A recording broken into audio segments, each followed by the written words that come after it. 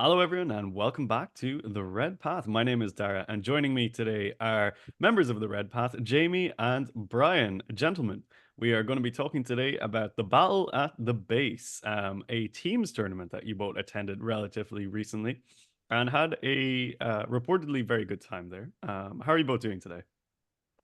I am wonderful, thank you. It's good to be back on the channel and actually talking about some 40K, some tournament recap, some World Eater on World Eater action.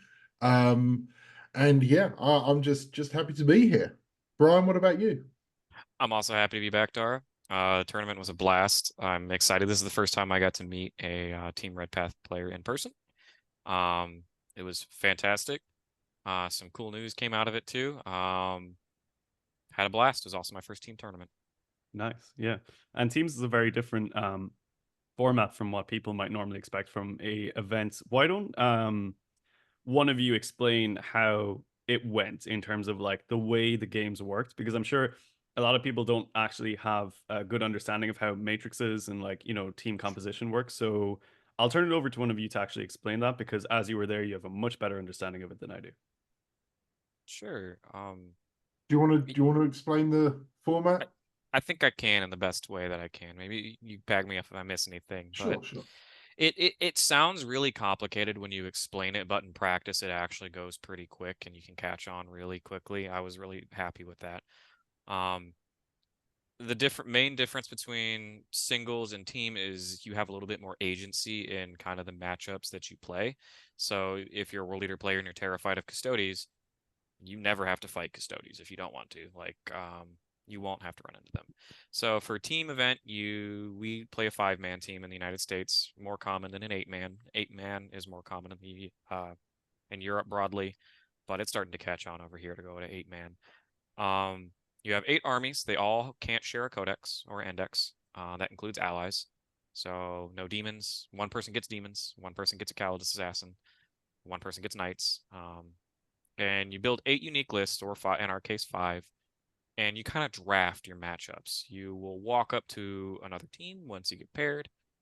You'll draft tables. There were 5 tables, ranging from 8th edition setups to 9th edition setups to custom setups to WCC and one GW board at this event. Um, and then both teams will submit a defender, and then that defender will then be given 2 choices from the other team to fight. And the defender will get to choose which of the 2 players they want to fight against. In many cases for me, I was given Death Guard and something else. I almost always went with something else.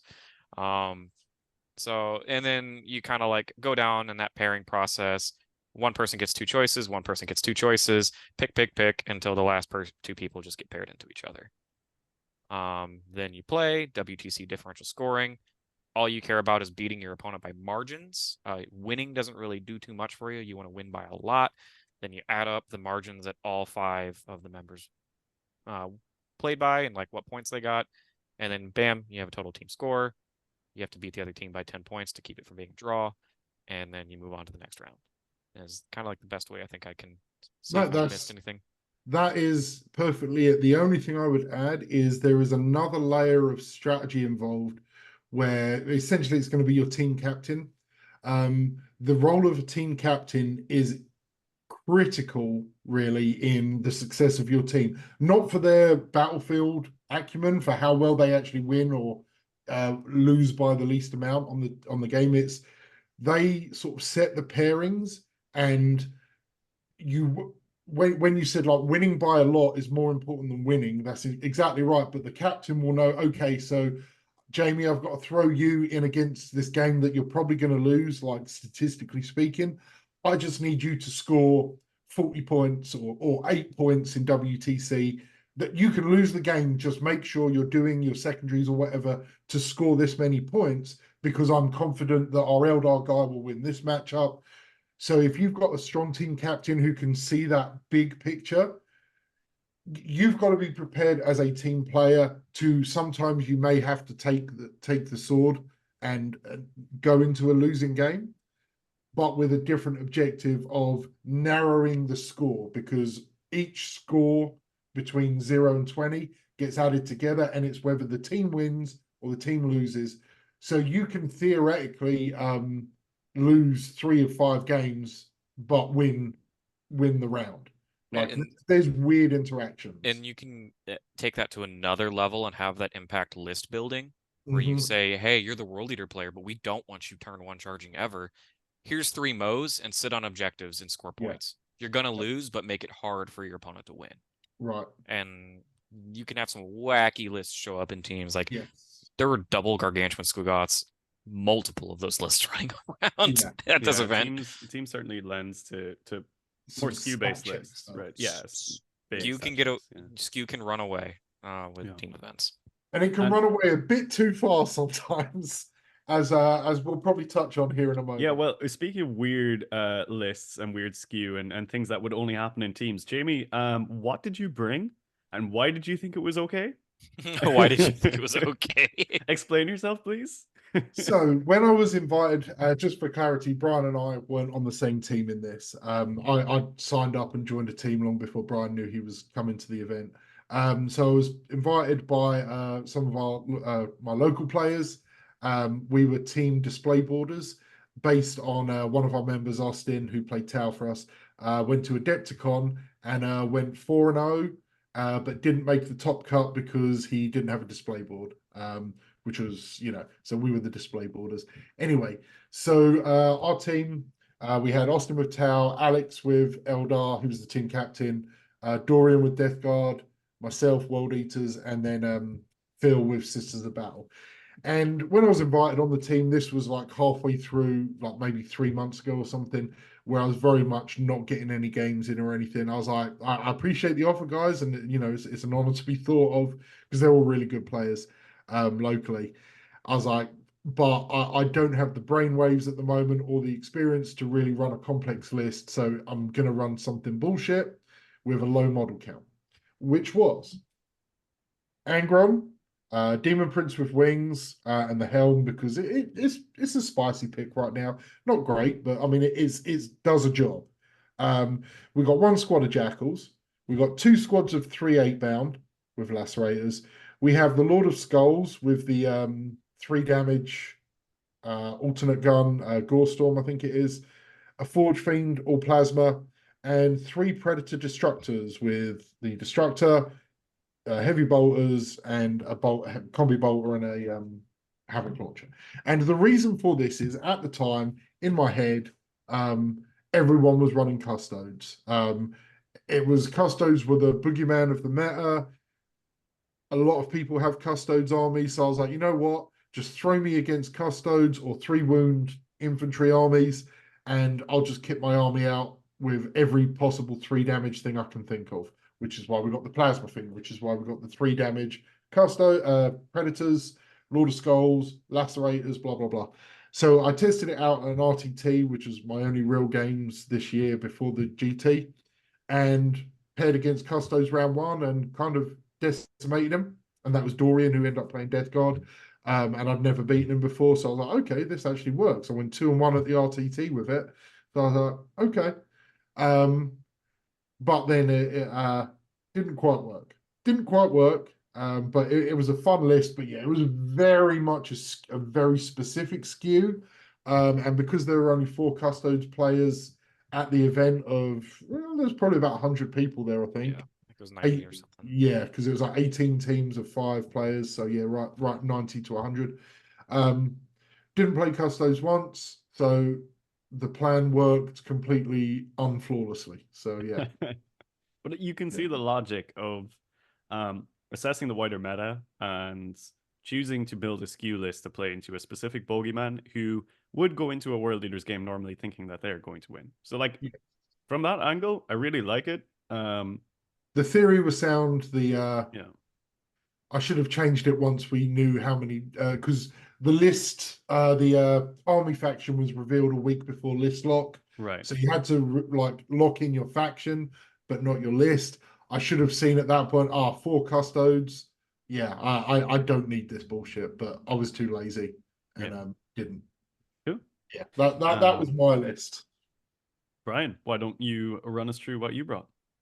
Yeah, first off, my team, I ended up going with one of the Death and Glory teams. They actually sent 2 teams. One was kind of like the sweaty team, and one we called ourselves Sloppy Seconds. I ended up playing for them. Kind of, they asked me to just kind of as a favor. I'm not part of Death and Glory just yet. I'm just kind of like affiliated with them because there's no big teams in my area. They needed a spot filled. I offered my services. I'm willing to take skulls all day. I panicked a little bit before this event because I was like, I have no idea what Teams is. I've never played Teams before. I don't know what list to bring that's like specific for Teams. So I just submitted my typical singles list, which I think I've talked about on this channel for quite a bit. It was 2x10 Jackals, 1x10 Berserkers, Footprints with Helm, Invocatus, Glavemo, Angron, 1 Squad of Spawn, 1 Rhino, and then just a whole slew of 8-bound, I think 2x3 regular 8-bound and 1x6 exalted 8-bound. Just my typical list. It actually ended up performing just fine. And I say in Teams, the Helm Prince shines just a little bit more because it in itself is a stat check.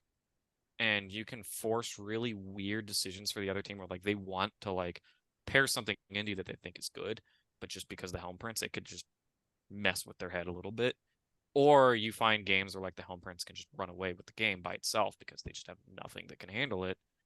And now you've created like a mini stat check within World Leaders, which is kind of cool. It was cool to see the Demon Prince kind of pop off a bit there. I don't know if Jamie can vouch for that from his side. Oh yeah. But the Footprints was MVP in all of my games, all of them. Yeah, he's just such a great little tech piece. I mean, in the games where he can, he does just run away with things. Yeah, the terrains that they had set up were very like World Leaders definitely wanted 2 of the 5 boards. Like we wanted them. We could survive on maybe another, and then there were 2 that we would get tabled turn 1. Like we called it Christmas Land because they had a bunch of forests that don't obscure. So the whole board was basically open. The whole board was basically open. And it was just a bunch of Christmas trees let all over me. the place. I just want to jump in here because like Gem Wargaming is my local scene. So I'll just set a bit of background here. So number one, Charles, the main TO, he was like a Games Workshop Warhammer hero. Like he was on the Warcom and had a little featurette and stuff. Amazing guy. Just like the best TO. Not that I've played for many TOs, but he's like just great. Just does so much for the Warhammer side of things, and then just raises absurd amounts of money for charity. Like a shit ton of money from this event went to St. Jude's, a children's cancer hospital organization, basically. And I heard a lot of people kind of complaining about terrain, and to be fair, I've been a huge like I've complained about our local terrain a lot, and I know you're not complaining, Brian. I know you're not. I think it was a good thing for teams to have that diverse of terrain because now there's another layer of decisions of there's a bad open board. How do we pair when we're doing our matrixing and what armies have to play against each other? Take into account terrain. Yes, which was really I liked that. Yeah, and we had a player that was all for Christmas Land. Yeah, oh, I'm sure. Yeah, but yeah, there were a lot of people saying stuff, and it's like, well, just before, like literally just before COVID, when Gem Wargaming, which was Gem Hammer then, started, was a 8 or 10 man RTT, like what 4-5 years ago, and is now running 200-person GTs a year. Terrain has changed so many times in that we went from the beginning of 8th edition with no real terrain standard to what evolved through 8th, to then we had the 9th edition sort of set terrain. We've got UKTC terrain sets, WTC, and now the 10th edition. So there was variety, and the guys have spent an inordinate amount of their own money on terrain. So just for anyone who's watching who went or goes to Gem Wargaming, give the guys some credit for the amount of shit they do have out of their own pockets. I dread to think how much they're still in personal loss financially from what they've put in, considering how much they do. Phenomenal group. I could not say a real bad thing. But if you ever do go to Gem Wargaming, always ask Charles where table 7 is and what time break is. He'll understand. He'll thank you for it. And I think it's worth talking about the venue too. The venue was at a U.S. Air Force base in Dayton, Ohio.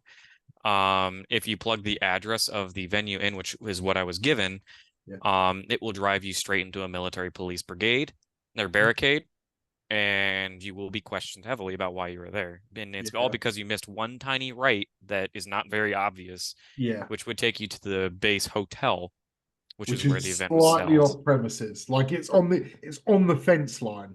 It's And on. probably once every 40 minutes, a jet would do a flyby and shake the whole building, and it was pretty cool. Yeah. And some of the Air Force guys are coming in and out and see us play. Look at these nerds. Yeah. Oh no, they're Air Force guys. They're nerds themselves. Yeah, they were there. They were there to have a good time. There's like Keith, one of our the other main TO and founder. He's in the services. So Gem Wargaming has expanded. They now have one in. It's called Gem Midwest. I want to say it's Virginia. And then we've now just opened up, or I say they've just opened up Gem Wargaming in Columbus. So they're really expanding as a presence. But yeah, so as Brian said, the event was at a hotel, which was on the edge of a Air Force base. And so I stayed in the hotel. So it was great for me. I could go to the bar, have a few drinks, and then just walk down to the gaming hall. I love that. For me, that kind of convenience where jump in the shower, get some breakfast, go play Warhammer. Like I haven't got to drive anywhere. I all there. wish I could relate. Yeah. My hotel venue was a meme. I think this whole event for me was just one nonstop meme. As we'll get into later, but I guess I should start with setting the scene with the hotel. Okay. Pull in at 10 o'clock at night. Front desk, no clue where it is. I don't like it's the tiniest thing ever. The door is just behind the building, like in the dark. I meet my teammates there. There's all sorts of smells going on in that hotel. You can infer that what you will. There was it was a very crowded hotel, all sorts of smells going on. We go to our room and there's no shower head on the shower, so it's like a garden hose. There's only 2 beds for 3 of us. They don't have a cot. Found a roach pretty quickly, and the top sheet of our bed was more like a shower curtain. What hotel was this? It was really long, convoluted name. It was not a main brand one, but it was the cheapest, and that made it okay for me. Okay, and this was not the Hope Hotel where the event was. I just nope. I was 7 minutes away. Right. It was also dogs. Dogs were allowed in the hotel, so there's just constant barking outside, and there was like a 2-inch gap under the door too. So it's just everything. It was just a meme. Right. Wonderful. Yeah. Wonderful. So overall, the experience, like the event itself, was really well. Fantastic. Like very well done. The like the fact that there was a great buffet. The Saturday we had like a medieval thing, turkey legs. Yeah, like big ass turkey leg. Like it was great.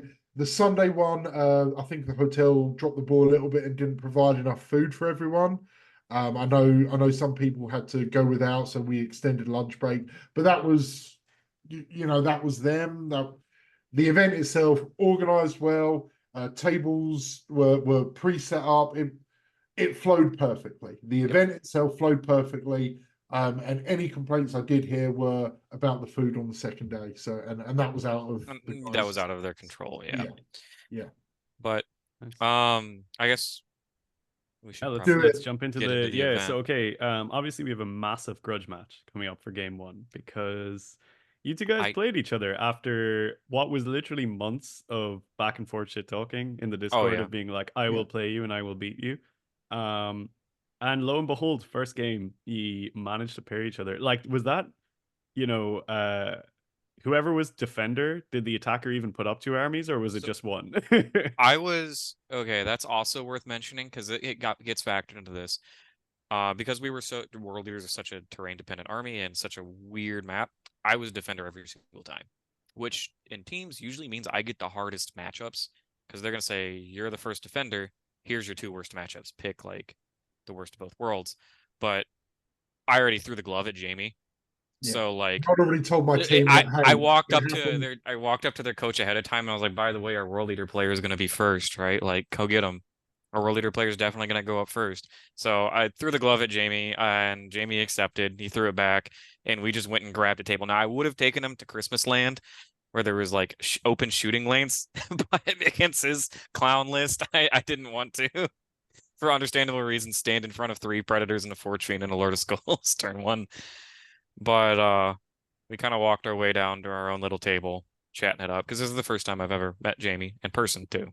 So Yeah, it's Yeah, tough, isn't it was very it? much it was lucky that our teams paired, but I told my team, I was like, look guys, if we face Brian's team, do what you can. I've got to fight him. I've got to fight him. It's a grudge match at this point. It's like enough shit talking has happened. We got to go. Obviously we played on TTS a few months ago, but and to be fair, whilst obviously we'll talk about the result and stuff in a minute, my list being good against custodes, in theory, it's also not terrible in an against an 8-bound list because of the preponderance of 3 wound infantry, the general reliance on infantry as a whole. And Angron, if you're going to counter Angron, Angron is a good counter for him. And being able to chip off some wounds and stuff. It wasn't an auto loss for me by any means, No. just based on lists. Equally skilled players. I don't know. I think that kind of specific game is terrain dependent and fairly close to like a 50-50 in a way, depending on some dice rolls in a lot of situations.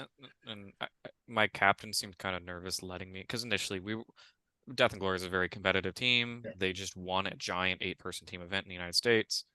We wanted to win, and my captain was initially pretty nervous putting me into another world leader player, because teams, world leaders for world leaders, it's kind of a coin flip. It really is. No matter, even with player skill factored, like if Angron just reses one too many times, game's gone, because it's such a narrow trading game that one Angron res usually means the game's done, unless somebody's messed up majorly.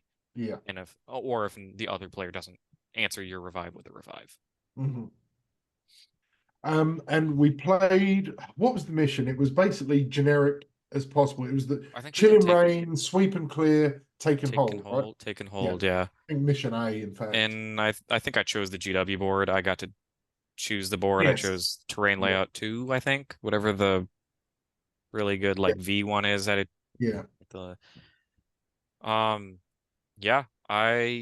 I think, did you get first turn? I've got it pulled up on my app. I think you did, because you got to roll your 8 dice first, and then I got to.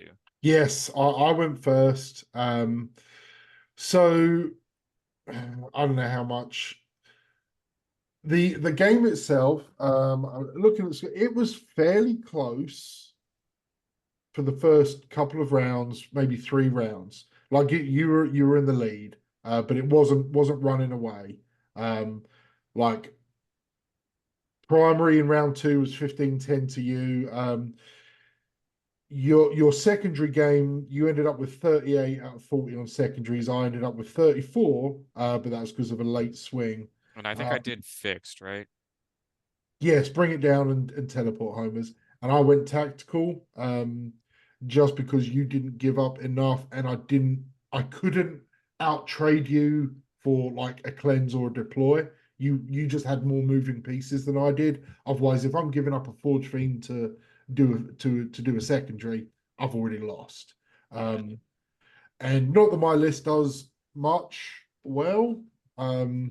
Outside of its niche, there was no way I could take fixed against you. So I risked it for a biscuit on a tactical and drew deploy teleport home as an overwhelming force first, which wasn't a great start because overwhelming force just wasn't going to happen with a non-alpha strike army. So I think I hid my entire army from you, minus I one did thing. Your Lord of Skulls got to do chip damage to a rhino. Yeah, it was very, very minor, insignificant. And I think I threw out my jackals for deploy teleport homers in the center. And, obviously then just gave you something to charge into and slingshot, and which is exactly what I did. We go to my turn 1. He again just passive shit talking back and forth. He moves his Lord of Skulls into the middle of the board and says, "Come at me," basically. Yeah. So I respond by throwing Angron up into the middle of the board. He charges Jackals. I think I had 8-bound pick up the Jackals. Or Yeah. no, it was Mo came up, picked up the Jackals, Right. and then Angron then teed into Piled Lord of in. Skulls and popped it instantly. Lord of Yeah. Skulls did 1 damage to a Rhino and then died. Yeah.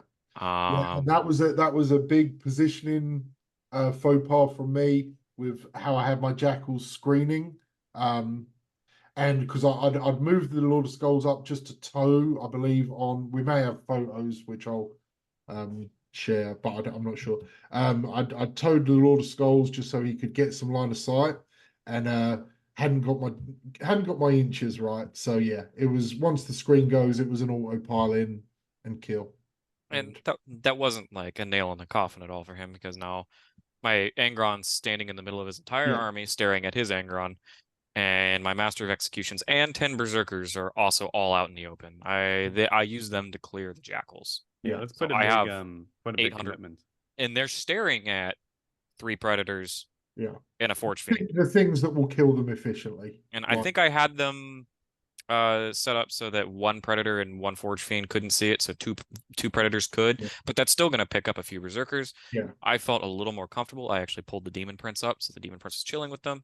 My idea was I was going to rotate Jackal Shields and put them on a 4-up invuln, if I had to, and then I was like, "You're a shooting army. I'm just going to Blood Surge into your face." That was yeah, kind of my thought process there. And then upon killing his Lord of Skulls, I threw up the Fight on Death.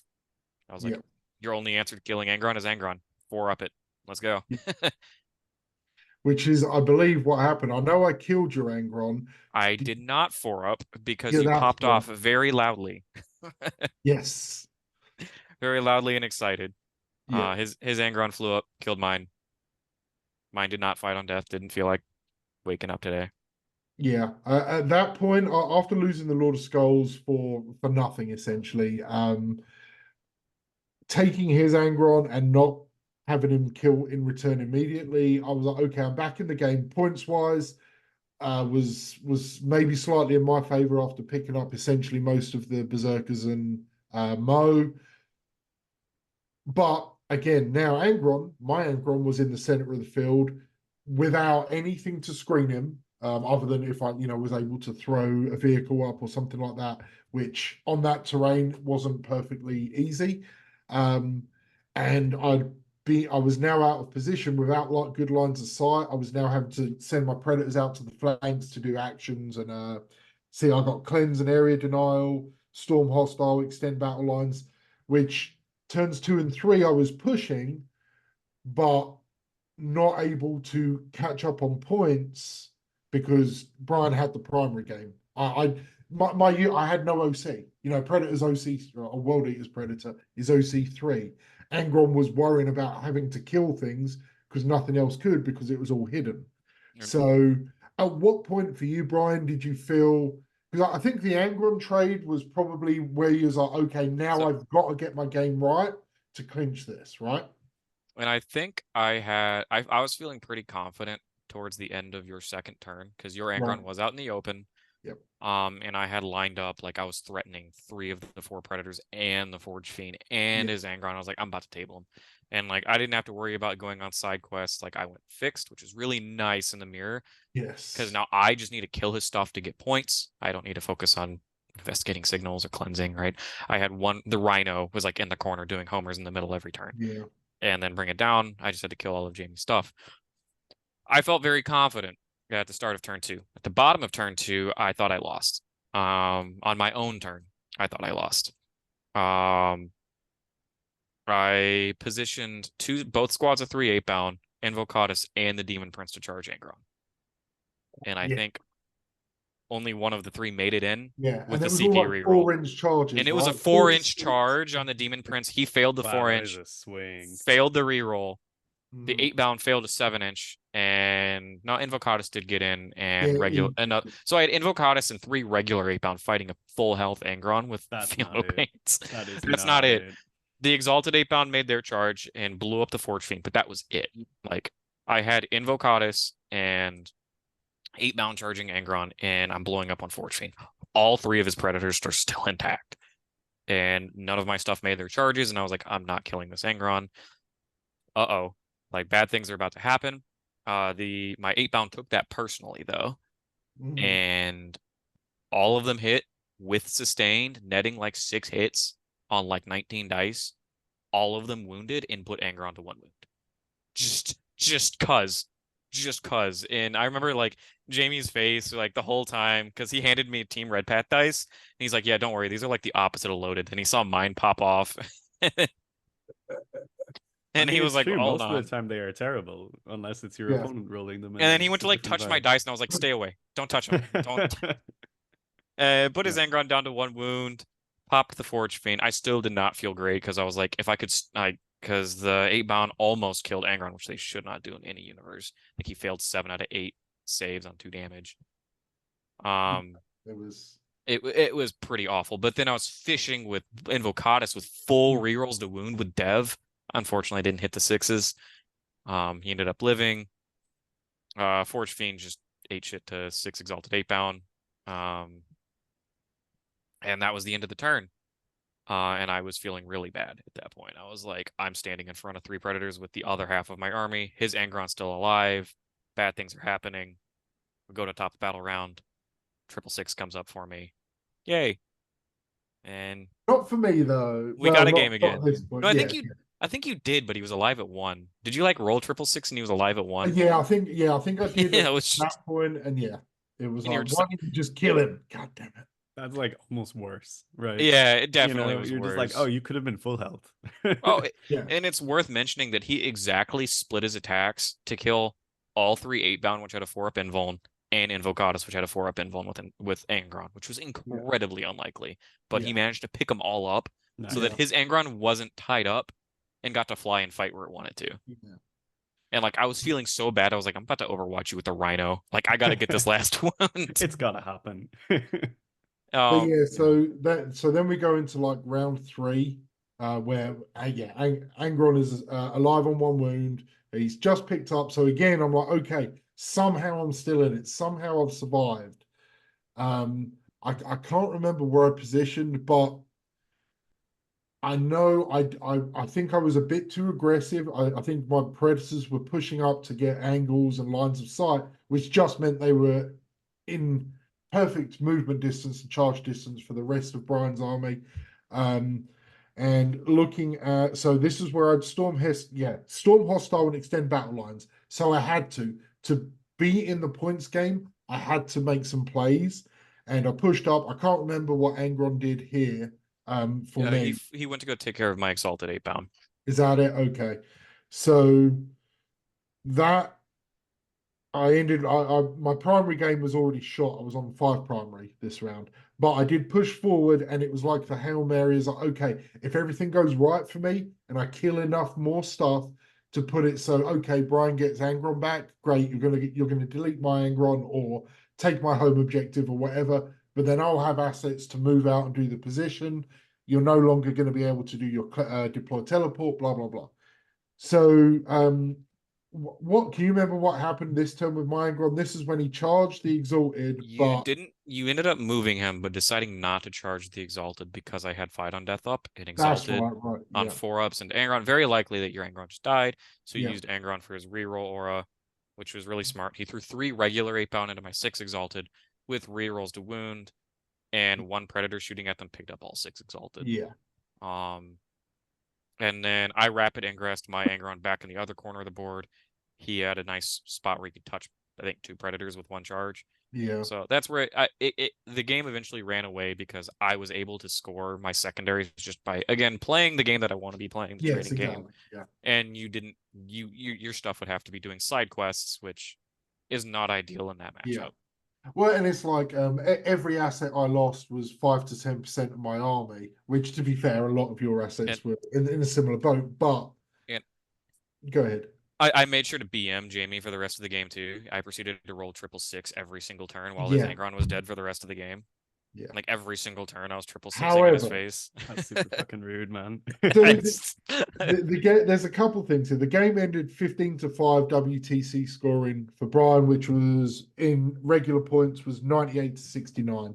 So number one, you didn't score 88, so you didn't really win. Number two, I scored 69, which is the next best thing. So really, I won that. Also, Great to have you back, Jamie. when your Angron came back, you refused to yell blood for the blood god, so I had oh to yeah, yell it for you. So really, it should have been my Angron. Like you should have just given me. I should have had that two is true. Angrons. My Like that anger. is how the rules work. Jamie screamed it as loud as he could for me. Basically, the Oh world yeah, leader equivalent of he wahing. does that. Yeah. I refused a wah, so like just the mental cringe of doing it. But Jamie was just like, "Nah, watch this," and rolled his sleeves up. Everybody turned and looked at us. Everybody went quiet. That was really fun. Yeah. But yeah, it was a great game. I look forward to, obviously because geographically we're one state away. I'm sure there's going to be opportunities for us to play again, IRL, other GTs, and And I'm gonna whatever. drag you up here for the Michigan GT. Yeah, So I definitely it's on my radar.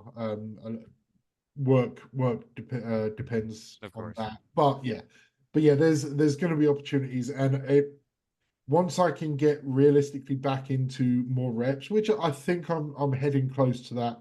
I've got about another month of 3 to 4 weeks of stuff at work where it is tough for me. But after I think I'll be fairly settled at work where I can, I've got an RTT coming up and stuff like that. I'll be able to get back in, and I'd like to face, have a good, honest game where I'm not running a stupid list. Like when I'm taking it more seriously, because yeah, there is a lot in a mirror match that is first turn dependent. Hopefully, when we get to codex stage and we don't have, I'll just play Alpha Strike.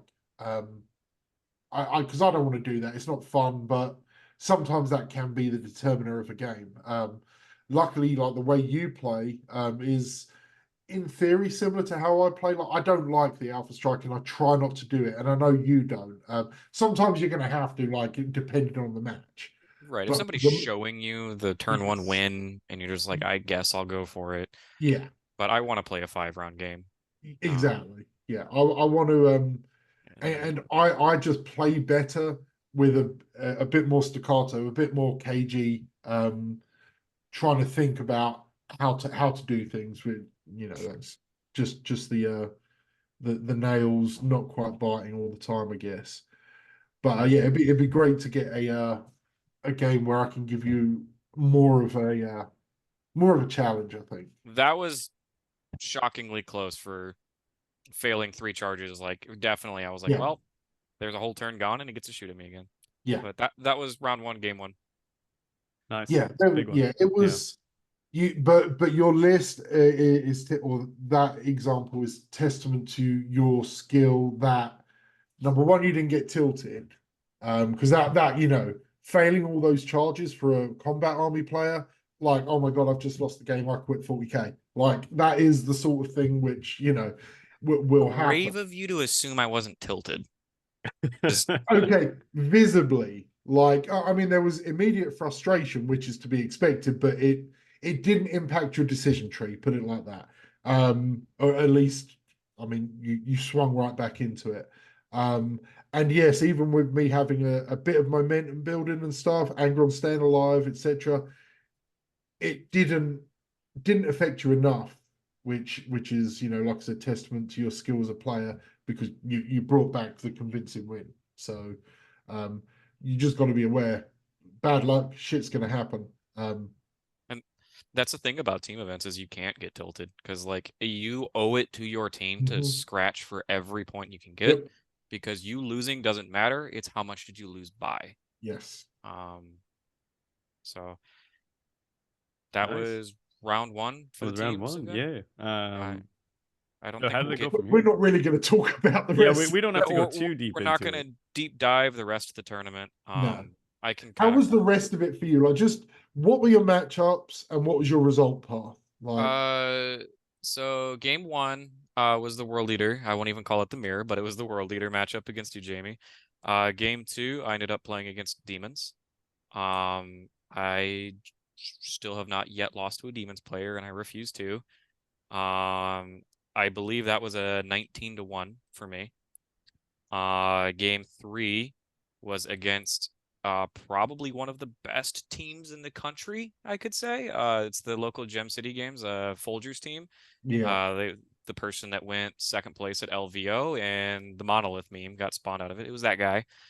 I actually really wanted to play against Folger. He was on Custodes. Because I kind of wanted to prove a point about I still think that matchup is winnable for us, and he was playing the triple Warden brick, and I was like, okay, I want to fight this because I just for myself, I want to like validate myself into a really good player. My captain ended up telling me probably not because we didn't want to throw the whole pairings off. I still got thrown into Gladius Black Templars, which is also a horrible matchup for us. Like I said, I was first defender every time. I was going to get the worst two matchups every single time. Ended up drawing that game. And WTC differentials, if you don't beat your opponent by 5 points, it's considered a draw. Final score was 88-87. I won with the 88, and it's a moral victory for me. It was also against one of the best players in the country, Khorne. I don't remember his last name. Jennings, I think. Very good player. Came down to the wire, was very clutch. I had to play super tight there. Double redeemers. It was awful. Can't go anywhere without being set on fire. I did charge a land raider with 10 jackals and completely surround it. And he was like, why are you doing that? And I was like, you can't get out of your transport. Fun fact, you cannot desperate escape from a transport that is completely wrapped. You are just stuck in that thing until you move somewhere else. And you have to fall back. It's a good strategy you can do. So it looked like a waste of jackals, but I kept Hellberg from playing the game for a full turn. Go on. I think I play Chaos Demons. No, I play Tau, and this is against the other Death and Glory team. I get turn 1. I think I charge in, just completely shove my fist straight down the top player's mouth or throat and 20-0 them pretty quickly. I think they had 1 unit left on the board at the end of the game, and I just kind of ignored it. Scoring my secondaries, I just wanted to get my 20-0. Got my 20-0. And then game 5 was against Chaos Demons. This dude issued me a personal challenge. He was like, bet you can't table me, and I bet we're drawing, because he was playing triple grade on clean 1, and it was like a really... Is this Josh Minich? Minich, yep. Oh, and he was like, that's such a good game. And he was like, I'm gonna put 3 Nurglings and 3 Beasts of Nurgle in Deep Strike, and I'm doing behind enemy lines, deploy teleport homers every turn, and I'm paying the 1 CP for 3 inches, and there's nothing you can do to stop me. So he was like looking at me, he's like, I'm maxing my secondaries, you can't stop me. I'm putting 3 Great Unclean ones in the middle of the board, you're not stopping me from scoring primary. He pushed his Great Unclean with the 4-up Feel No Pain into the middle of the board and said, bet you can't kill this. Put it to 1 wound turn 1 with Engron and some shenanigans, and I proceeded to just table him anyways.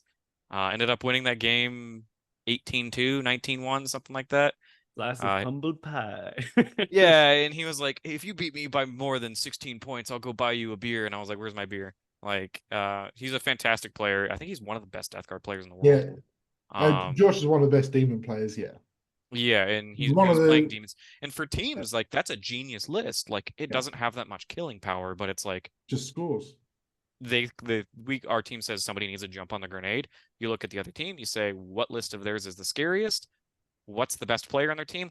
Triple Great Unclean 1, infinite deploy teleport homers. And it's like, he's like, I'm going to lose this game, but it's going to be a 9-10 or 9-11, like 11-9, like either way, which is a really good way to play teams because you can have really weird lists show up like that. I still ended up taking it, and then I went undefeated for the tournament. A nice personal 5-0, but realistically 4-0-1, which was fantastic. Being the first person up defender, typically the first defender offered is supposed to lose. Every single game they're supposed to lose. So really impressed my team. I was really excited with my performance. My Demon Prince I actually think is fire. Absolute fire in teams. Let's go. Like, I think it's even better than singles. Oh yeah. Because like you said, you can make very problematic choices. They're like, well, theoretically this is good against world leaders, but they give us a tan. Like, how do we handle that? Like, the Prince into the Crons is like, hello, Nightbringer, time for pool noodles for the rest of the game. Or like, the fact that you don't have to worry about, okay, what are the things that kill the Prince like immediately? T-Son's deck guard, right? Yeah, I'm not playing that. You don't have to stress about that anymore. I'm not touching Um, Trajan either. It's like it was yeah, it's fantastic. like it's such a good unit in And teams. because we had a Necron player on our own team, they're like, we have something that deals with Satan, but we need them dealing with the player that's running 3, not the cute little demon prince, which Yeah, basically just got away scot-free. awesome. So that Yeah, was how my event fantastic. went. Went That's a undefeated crazy run. Like first defender going undefeated is hell of an achievement. and sloppy seconds ended up getting second place to the other Death and Glory teams. It was really thematic. The Our prophecy. team went 3-0-2. We drew 2 games. The full team Folgers team is worth noting. We went one of our players got 20 0'd, the other one 0-20'd, then the next one 20 0'd, then the next one 0-20'd. They were done with their games in 40 minutes. All of them came around my table and they're like, it's all up to you guys. And we went 10-10 and split it right down the middle, 50-50. It's a team score. So event was great. I had a blast. Sweet. Jamie, That's kind of my what about the recap. rest of your games? So obviously round one against Brian was a 5-15 loss.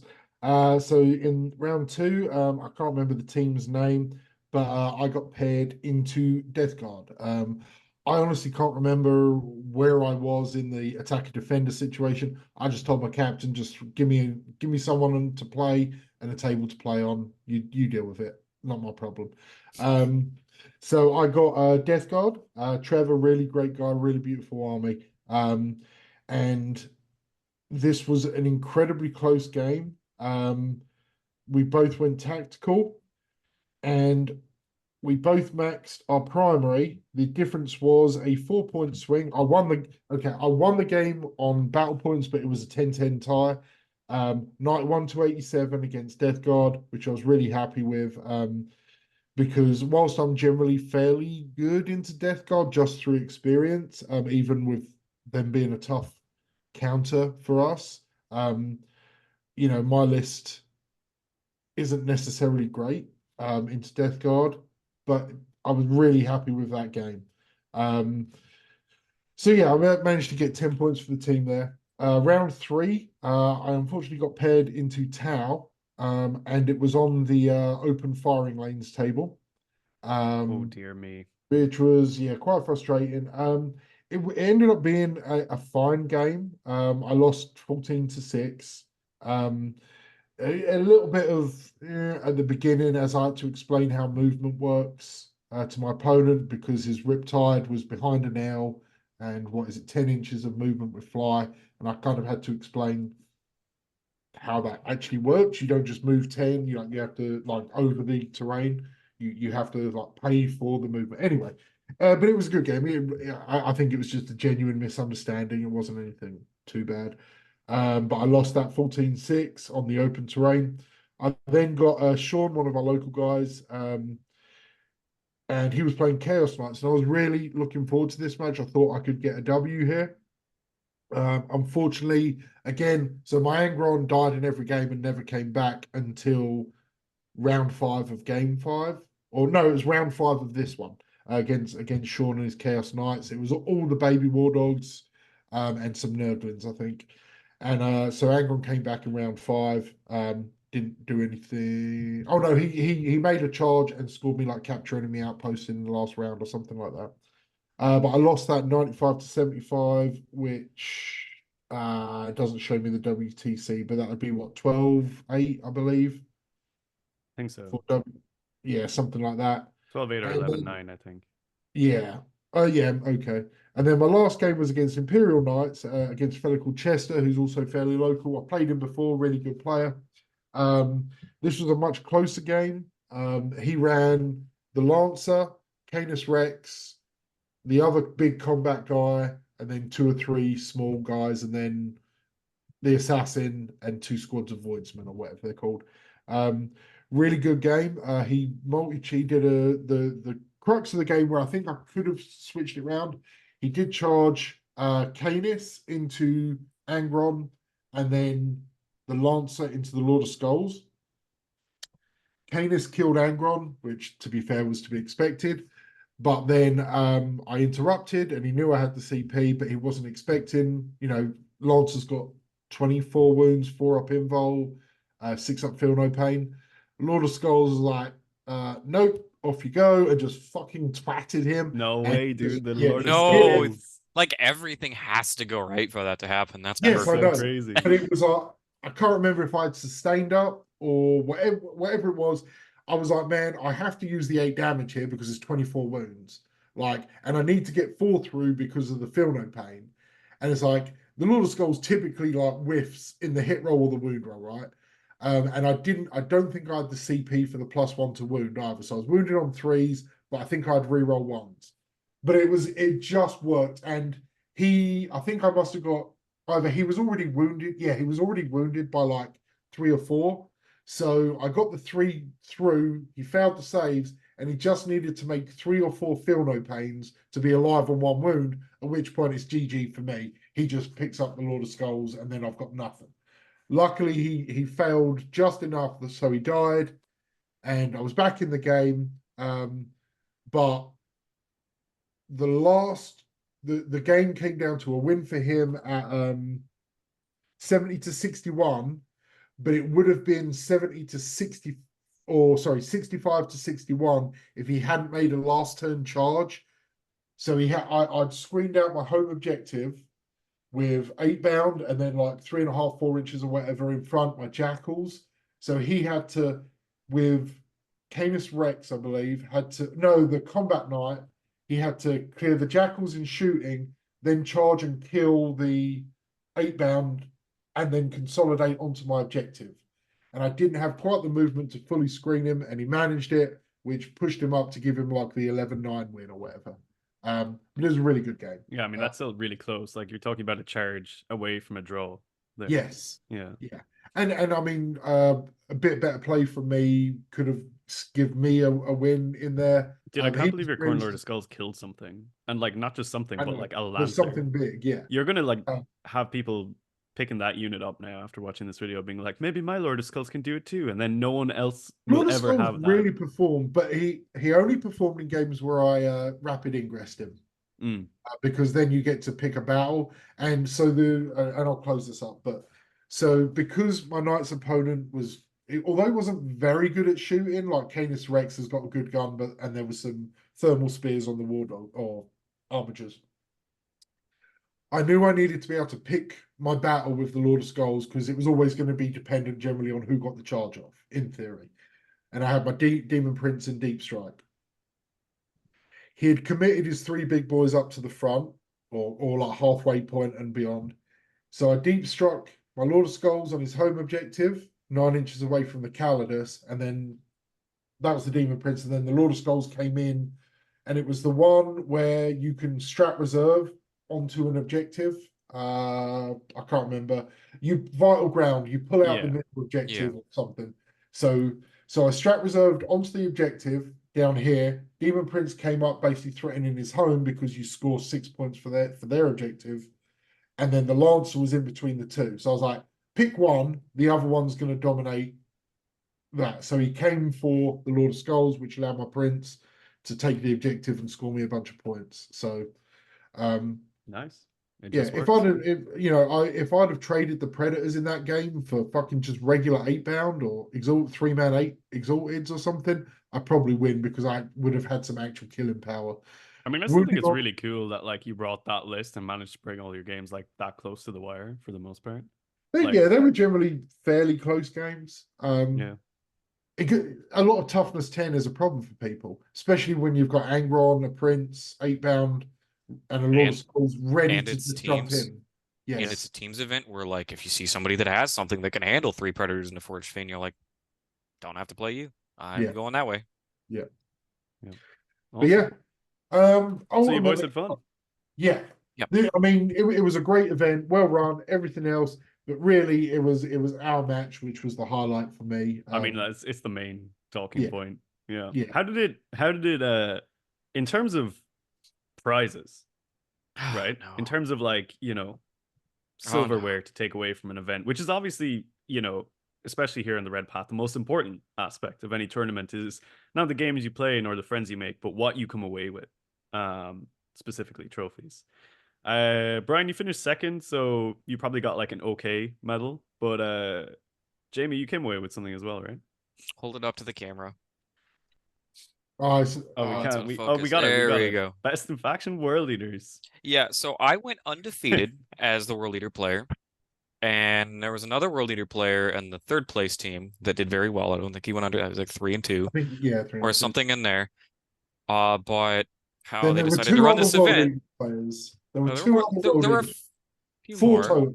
There were 4 four total. world leaders, yeah. So they don't give duplicate awards out. So because I was a second place player and there was a third place world leader player, it Yeah. then went to whoever came next in Yeah. line.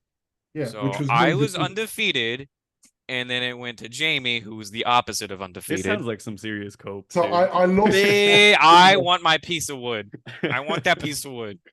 No, The little plaque, no, but he stole it from me. it's mine. And because he had a draw, he got it over the other world leader player who also didn't win a single game. Yeah. So he was slightly better than the other world leader player who didn't win a single Jamie, game. Lose I every think you game. earned that. I think you earned that, bro. Like, I mean, It was a hard fought draw. yeah.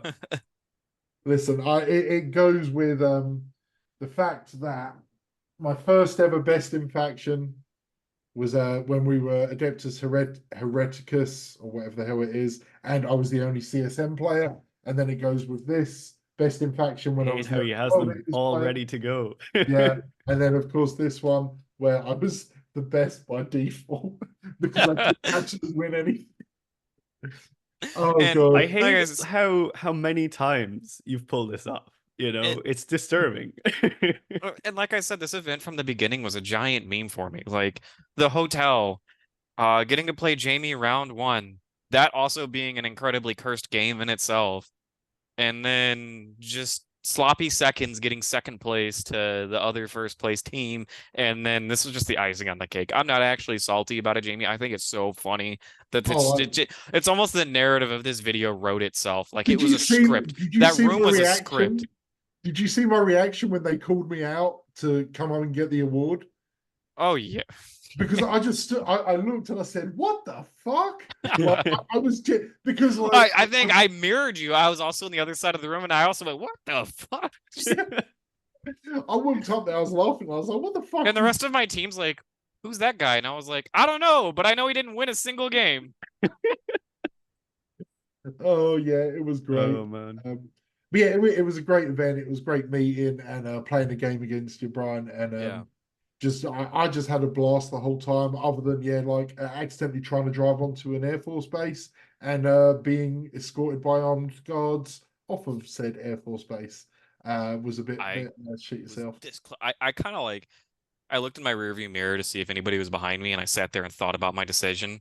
Like Yeah. I was like, should I turn right here? Or do I go towards the guys in scary berets? Like, but it was a great event. I had a fantastic time. Yeah, it was And great. And for anyone who's in the area, there will be a singles event, and I want to say they said it was the 2nd of November, GT. So sick. yeah, 100 player, I believe.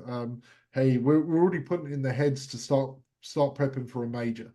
Yeah, I mean, if you're hitting 100-player GTs, Yeah, that's a major. yeah. that is basically a major. Yeah. You just got to get the extra rounds in, right? Just got to get one extra round. Yeah. Yeah. I think you can actually call it a major. Even 5 rounds is a major. 4 Yeah. rounds is a major. Adepticon gets to call themselves a major at 4, and they do it in one day. I think it's like once you go past 58 players, it's just a major. So, yeah. There's Awesome. no. It's just you get 16 undefeated players if you only do 3 rounds with 100 people or something like that. I mean, it's just really cool to see a organization like that doing so well in such a short space of time. So shout out to is it Kagbash or Gemhammer? Sorry, No, Gem War Gaming. Gem War Gaming. Yeah, gotcha. Yeah, awesome. So well done to those guys. And yeah, well done to you boys for bringing home some silverware for the channel. Anyone who's watching and maybe didn't catch up with the stream yesterday, Brian is actually part of Red Pat now as an official member. So that's really cool. Good to see the boys doing well, bringing home some trophies and having a good time. Gentlemen, is there anything you want to say before we close this one out?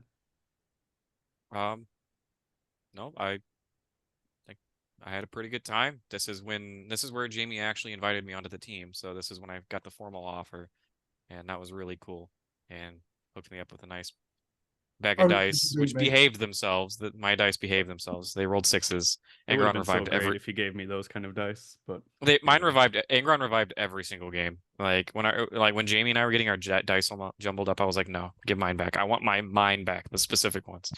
And I got the objective markers. Absolute blast. I loved it, and I'm glad to be part of the channel now.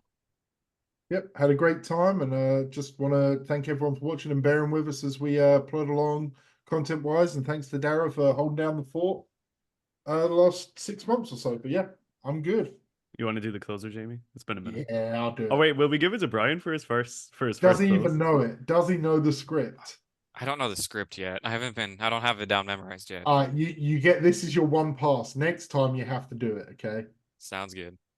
All right, folks, thanks for watching. Thanks for being here. As ever, do the like, the subscribe. You can join us on, we would love you to join us on Discord.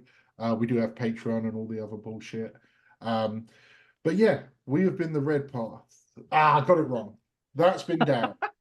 That's been Brian. This has been Jamie. And from all of us at the Red Path, stay healthy, stay safe, and kill main button.